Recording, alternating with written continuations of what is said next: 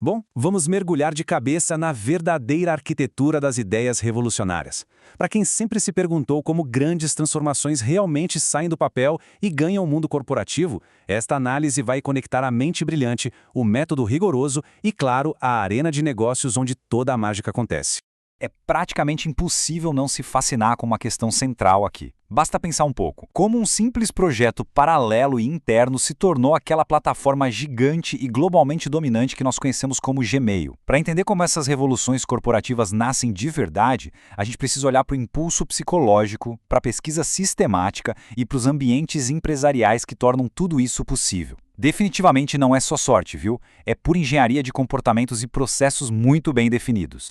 Então, vamos à primeira parte da nossa jornada, o motor da realização. O psicólogo David McClelland descobriu uma coisa muito interessante a respeito disso. Verdadeiros inovadores têm uma estrutura motivacional bem única. O que move essas pessoas é o que ele chamou de necessidade de realização. Basicamente, é um impulso psicológico super específico de buscar atividades desafiadoras e tentar alcançar um padrão de excelência, sabe? É algo bem diferente de simplesmente correr atrás de recompensas externas. O mais fascinante da pesquisa do McClelland é constatar que o combustível principal de quem inova é o sentimento de competência pessoal. Essas pessoas são movidas pelo desafio em si e não apenas por dinheiro ou prestígio. A emoção de resolver problemas mega complexos fala muito mais alto. É literalmente essa energia inesgotável que sustenta todo o esforço duro, muito antes de qualquer ideia dar lucro. E para chegar nisso, teve um projeto colossal em 1982 que envolveu 34 países. O resultado desse estudo mapeou o comportamento empreendedor em 3 categorias principais. A primeira é a realização em si, que envolve buscar oportunidades e assumir riscos calculados. A segunda é o poder, focada na persuasão, nas redes de contato e na independência. E a terceira é o planejamento, que nada mais é do que a busca por informações, definição de metas e um monitoramento sistemático de tudo. Isso ajuda a derrubar um mito muito comum no mercado.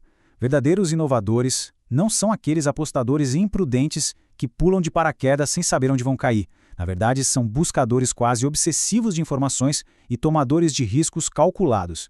A ambição cega não leva ninguém a lugar algum. O desejo de realizar alguma coisa tem que andar de mãos dadas com uma fome insaciável por dados concretos e muito método. O que nos leva à nossa segunda parte, a fundação da pesquisa. Olhando para o fluxo de uma pesquisa bibliográfica, a gente vê que é uma jornada bem rigorosa de 9 etapas. A coisa toda começa lá na escolha do tema e vai seguindo passo a passo até a análise e interpretação dos dados finais. É como montar um quebra-cabeça gigante onde tudo precisa seguir um caminho muito lógico para construir uma fundação à prova de falhas. Os passos fundamentais aqui são muito claros. Escolher o tema, formular o problema e selecionar as fontes. Toda inovação de sucesso começa exatamente assim, definindo um problema com uma precisão quase cirúrgica e buscando de forma sistemática no que já existe de conhecimento. O grande objetivo é garantir que a gente não repita erros do passado e, claro, não perca tempo reinventando a roda do zero. Mas, convenhamos, fazer pesquisa exige critério. Saber a diferença entre fontes primárias e secundárias é absolutamente vital. Fontes primárias são aqueles dados diretos, originais, como teses e dados brutos. Já as secundárias são um conhecimento que já foi organizado e compilado, tipo enciclopédias e livros. Distinguir muito bem essas duas coisas é a base de qualquer pesquisa confiável. E para lidar com a montanha de dados que fatalmente vai aparecer, entra a disciplina do fichamento. Esse é o processo sistemático de registrar, resumir e organizar os dados teóricos em fichas para construir uma base sólida. O ponto crucial é que essa organização metódica permite acessar rapidamente, comparar e analisar de forma crítica um volume gigantesco de informações complexas. Funciona literalmente como um cérebro externo em plena operação. Até porque, como bem lembra o famoso filósofo Karl Popper, a tarefa do cientista é submeter sua teoria a testes sempre novos, por tentativa e eliminação de erros. Confrontar teorias com a realidade através desses testes contínuos é a única maneira de construir soluções que sejam realmente resilientes. A pesquisa nunca é estática, ela exige esse choque de realidade constante para que a inovação ganhe robustez. E avançamos agora para o nosso terceiro ponto, o poder do intraempreendedorismo. Esse termo, intraempreendedorismo, foi cunhado lá em 1978 pelo Gifford Pinchot. E a ideia por trás dele é libertadora. É a prática de cultivar ideias inovadoras e agir como um verdadeiro empreendedor, só que de dentro de uma organização que já está estabelecida. Ou seja, construir soluções revolucionárias não exige de jeito nenhum que alguém abandone uma carreira estável. Dá para inovar usando a própria estrutura corporativa. E existe um contraste brutal de risco aqui, né? O empreendedorismo tradicional assume um risco pessoal e financeiro total, começando absolutamente do zero. Só para dar um exemplo, pense na Mary Kay Ash criando um império de cosméticos com apenas $5.000.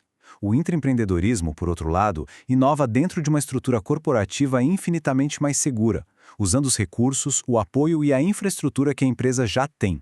E os resultados dessa prática estão espalhados por toda parte. Temos vitórias lendárias aqui.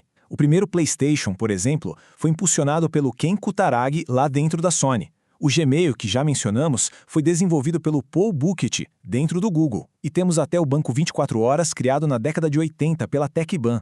São sucessos gigantescos que provam o seguinte: empoderar talentos internos para buscar informações e tomar riscos calculados pode redefinir indústrias inteiras no mundo global. Mas, claro, para essa mágica acontecer de fato, não basta apenas ter a ideia. É preciso promover a cultura certa. A organização tem que criar ativamente um ambiente de segurança e confiança, organizar a geração de ideias de forma estrutural e, talvez o mais importante, fornecer orçamento e tempo dedicados. Afinal, sem dinheiro e sem tempo para testar, a inovação simplesmente não sai do papel. Isso nos traz ao quarto e último ponto de hoje: validando a inovação. Em vez de lançar um produto gigantesco e rezar para dar certo, a ambição e o ambiente corporativo se unem em um ciclo de validação.